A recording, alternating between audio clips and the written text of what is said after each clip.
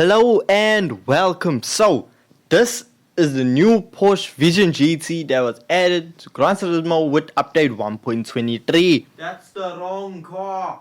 Oh, sorry. Let's try that again. This is the new Porsche VGT Spyder, which was added to Gran Turismo 7 update 1.23. So, yes, they added a version of a car that no one wanted.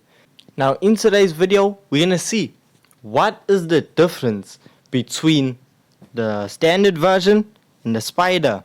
Okay, so first noticeable difference, the one's a Spyder. It has no roof. Now with it having no roof, does that really affect anything? Yes, actually, because the performance points of each vehicle is slightly different. This also might be because the standard is a 2021 and the Spyder is a 2022. I don't know how the year would have any impact on the performance points of these vehicles, but if we actually look at the performance, these vehicles are identical. Performance wise, they have exactly the same brake horsepower, they weigh the same, and they have the same length. So I thought, you know what could be different? When I jumped into the Spyder, it came up with a message on my screen showing that my driver's suit and helmet will be changed while jumping into this vehicle. Now I thought, okay, this is similar to the Dior collaboration that we got a while back. So I knew, okay, maybe this is what's different. You purchase this car, you get a special racing suit when you use the vehicle. However, when I went to jump into the standard version, I got the same message. So even that's the same. The special outfit is the same. We need to find a difference between these two vehicles, because is there a need to own both of them? So I decided to test out both vehicles in the same Vision GT event, because these are Vision GT cars. Why not just put it up against some of its own kind?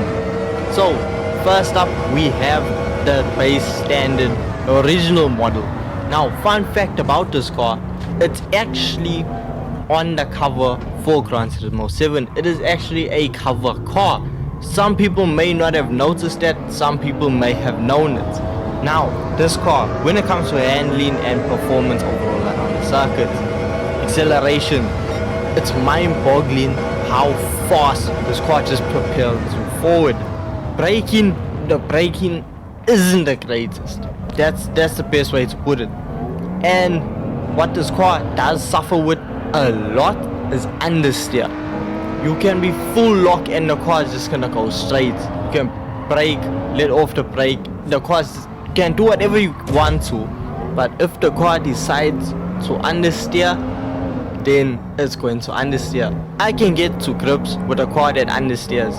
After maybe 2 laps you pick up, okay, this is how the car handles, you know, you need to go into corners like such. This car doesn't understeer every time. It handles differently every time you get up to the same corner. Because one lap it can be fully understeering, the next lap it's just complete grip. It's taking a corner perfectly. It doesn't understand, or it's just not stable. Or maybe it's just a skill issue on my side, but that's my only complaint. Now if we could get the brakes to perform like the car's acceleration does, this thing would be absolutely perfect. And talking about improving the brakes, you can't improve anything. With it being a Vision GT vehicle, you can't add any performance modification. The only thing that you can add is a ballast and a power restrictor. But you can adjust suspension because it comes with the customizable suspension. A transmission you can buy, and I think the LSD you can also change. But compared to normal road vehicles, Vision GT cars are very limited. Now I want to see, how does the Spyder perform? Is it the same? Is it different? Is the Spyder a better handling version than the standard model? Now with the Spyder we can actually see the racing suit that is equipped with this vehicle. Now performance, acceleration exactly the same as the original, and the exact understeer the car just decided, yeah, no, it's not turning. Full lock, everything, it just ran straight. Performance wise, it's pretty much the same. So if the car weighs the same, performs the same, and is basically the same thing, why was it added? I think it has something to do with the relationship between Porsche and Gran Turismo. Since the launch of the game, as I said, the Porsche Vision GT was the cover car of the game. Porsche themselves have done an esports event using Gran Turismo, and Porsche and Gran Turismo did a collaboration with a Belgian artist by the name of Vex, who painted a Vision GT, the first ever concept car from Porsche that was designed purposely to be put into a video game. He designed it at Gamescom, live in front of everyone, and the car is available in Gran Turismo. So yes, they have a good track history, and I think there is a slight bias as to why this Vision GT was added, because so far, as I've said, everything else is the same, except for one thing.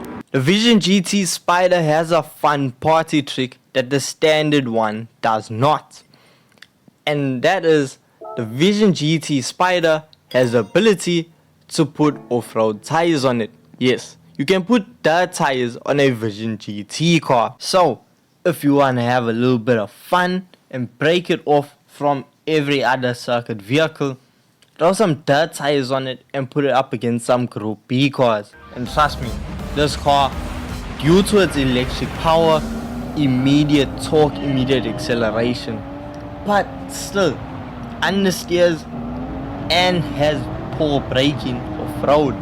But trust me, it's an experience that I haven't felt before in the game.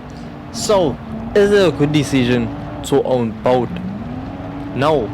If you already own the first one, you don't need the second one, because think about it, how often do you actually use off-road events? Majority of people actually don't even like Vision GT cars to begin with, but it's more of the fact of these are futuristic vehicles that are put into events or used in events compared to everyday run around vehicles. So no, it is not realistic.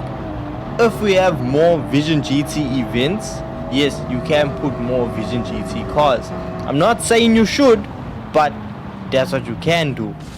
So, because using a Vision GT car that has crazy amounts of horsepower, lightweight, it's just not suited for the events that are currently in game. That's just my take on why some people don't like Vision GT cars. If you're still watching this, let me know. Do you like Vision GT cars? Yes or no?